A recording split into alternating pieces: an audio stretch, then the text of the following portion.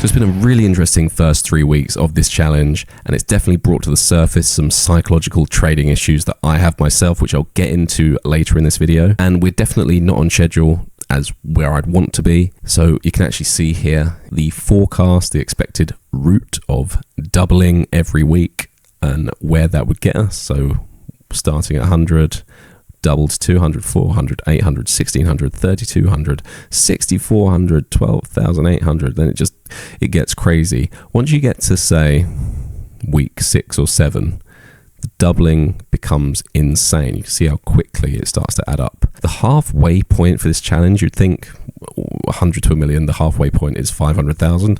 The halfway point really, if it's 14 weeks, would be week 7, which is 12,800. The quarterway point, week 4, 1,600. But if we actually look at where we are, so we started with 100, week 1, got to 133, okay. Week 2, took a loss down to 123. Now week 3 this week has been a good week for me, and we're up to 169, but obviously that is a far cry from being at 800. Now, should this be more, and could this be more at this point, trading my strategy? Yes, it should be a lot more, and this is where these psychological hurdles have come into play and stopped me taking certain trades, having the confidence to stay in certain trades, and there's kind of this whole fear of loss. And it's not a monetary thing. It's not like I'm trading big money here. This is very small money. It's, I guess, the idea of the challenge, the idea of being watched and actually documenting all of this stuff and knowing I'm going to be showing it to people. And also there's a protectiveness when you're risking 10% per trade. Just forget about the numbers. Okay, it's what, 10, 12 pounds, 16 pounds currently. It's not the figure itself, it's the percentage and the damage it will do to the account to take that loss. And so that's kind of what's made me do things such as close trades early, move to break even early, or even not take certain trades where I should just be taking every single one that fits my plan. And this is really basic, obvious trading stuff. But I am still happy with the progress, because it's kind of like that whole 10x thing, Grant Cardone. Forget the actual challenge, like, yeah, okay, you want to be making, 800%. 69% in 3 weeks is, for me, that's pretty incredible results. In the context of the challenge, it's nowhere near what I want to be. But in the context, take yourself out of the challenge, realize you were aiming up here, and this was so high, but you managed to hit here. That's still an amazing result. So I am happy with this. And now let's go through a couple of trades and a couple of areas where I slipped up this week. Okay. So I did post an Instagram about this one.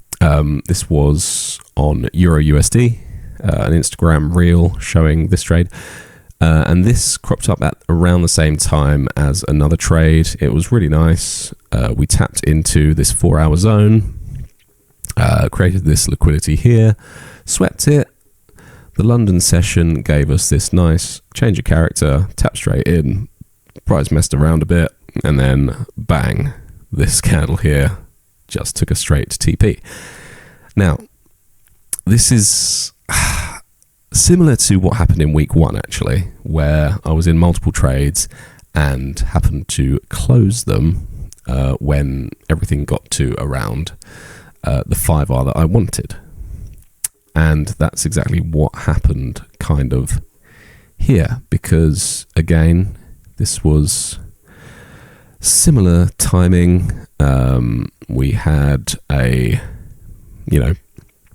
tapped into this 4-hour zone. London swept the Asia lows. Had the change of character, price tapped in, and then we had this big candle. Now, when this candle first started to move up, my overall profit was above what 5R would be, what 50% would be. So the candle it shot up, got to around here. I saw that the profit total was whatever. And so I just closed this trade, and I closed the Euro USD one at the same time. And it's not in my plan to do that, really. It's just being psychologically knowing that the percentage is that high, I find it hard not to close the trades, and that's not what I should be doing. And it's a weird psychological limit that I set on myself to not be able to take as much as I want to be able to take out of certain trades. And it's something I've got to nip in the bud now at this early stage when the money is meaningless, because it's going to be, I imagine, a lot harder if I do get to a later stage of this challenge and the money becomes actually meaningful. So it's something I really need to work on to let trades play out to their full potential, because I really did not take what should have been 100%. The account should have more than doubled this week, whereas the result was, around 50% we made this week, because I took a loss earlier in the week, and the account was down to £108, and now it's at 169. Now what happens? There was another winning trade that I took, and again, because I think the reason I messed this one up, again, same thing, 4-hour zone, Asia sweep, bang, let's go.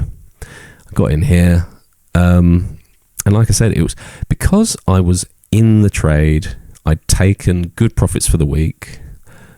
My mind didn't want to lose anything now, so I was very quick to set break even. Whereas my rule is to set break even at 3R.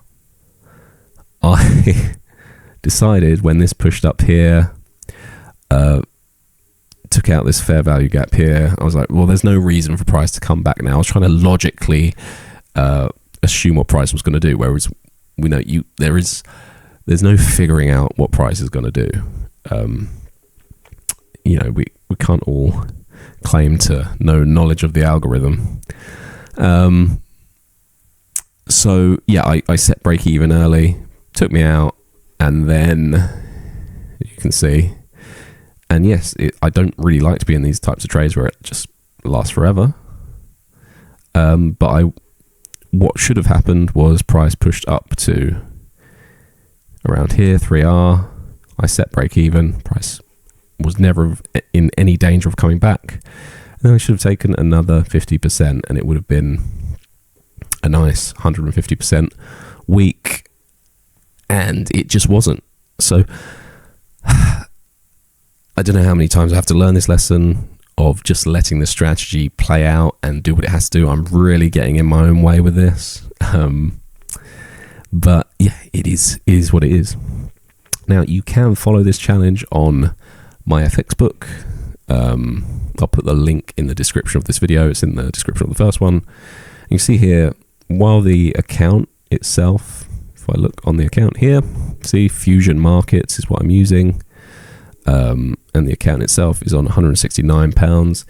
If you go on the MyFX book, you will see it says it's plus 52%. And that's because it's messed up, because at the beginning, if you saw the first video, I lost the first trade. It went down to £90. And you can see the deposit is 110. I redeposited to make sure the starting balance was 100. And so the percentages aren't what they should be. But yeah, this is how it's going. At this rate of growth, if we put into a compound interest calculator, if we go £100 and say at the moment 69% every 3 weeks, 20% a week, how long is it going to take us to get to 1 million? Going to take a while, I think. The hell is this?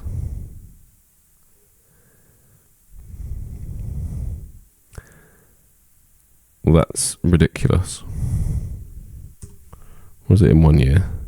Okay, yeah. So at the current rate we're going, it will take a year, because we're making around an average of 20% a week, for £100 to get to 1 million. I think I've worked that out correctly on here. So yeah, so that's pretty good, but we're going to try and do better than that. If we can get one win a week without losses included, which would be 50% a week, it's going to take a lot shorter than that, I would say. 6 months, we're already at nearly 4 million. Let's do 2 months. 3,000. I bet the difference between 2 months and 3 months is huge. Maybe not that huge. 4 months.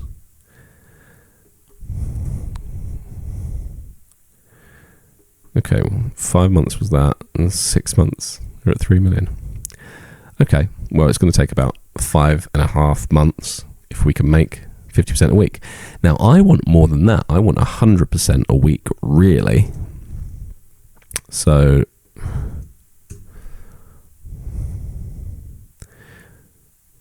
really, as we know, just 14 weeks it should take, which is way less than... Oh, no. No. I don't know. I don't know what I'm doing anymore. Anyway, let's move on. So as you can see, this is the account, Fusion Markets, and we are doing pretty good. And like I say, follow my FX book. Yeah, so going back to last week's video, I was introduced the other strategy. This week, I've been less inclined to trade that. I know it did fairly well, it was around 25%, but because I've found the markets have been a little bit better since the whole tariff thing this week, I've decided just to try and stick to my own strategy. It was a nice little entertaining filler segment, but I'm just going to stick to this for now because it was too distracting trying to focus on both things at once. And I'll be totally honest, it wasn't that great. So yeah, that's the week 3 update for now. And I will see you next week and we'll see how we're doing. Might have blown the account by then. We will see. Hopefully not.